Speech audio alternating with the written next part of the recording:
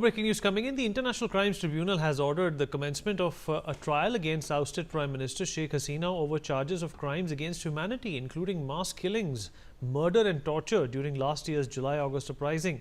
A three-member bench, led by Justice Mohammad Ghulam Murtaza Mazumdar, passed the order after rejecting a defence plea to dismiss the charges. The tribunal has scheduled 3rd August to begin recording witness testimonies following the opening statements from both prosecution and the defense. Rainik Datta, my colleague, is joining us on the broadcast to talk more about this.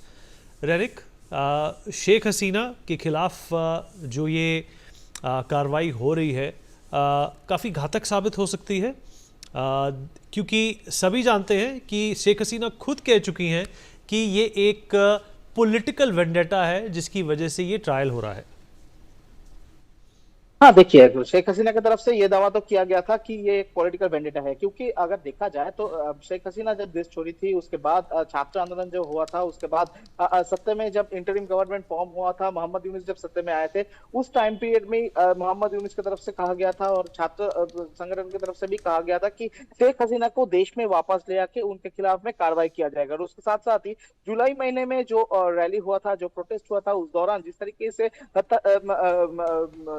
हत्या हुआ था, जो students का मौत हुआ था, उनका जिम्मेदार शेख हसीना है, ऐसा दावा भी उठाया गया है। और उसी को देखते हुए इस तरीके का जो कार्रवाई शेख हसीना के खिलाफ में लगातार किया जा रहा है, तो इसको लेकर ही शेख हसीना की तरफ से कहा गया था कि एक पॉलिटिकल वेंडेटा है। दूसरी तरफ अगर देखा जाए तो इसको इस तरीके का जो कार्रवाई शेख हसीना के खिलाफ में हो रहा है, तो इस जगह में सवाल आएगा कि शेख हसीना के खिलाफ में ये जो कार्रवाई हो रहा है, इस कार्रवाई का नतीजा क्या हो सकता है, क्योंकि शेख हसीना देश में नहीं है।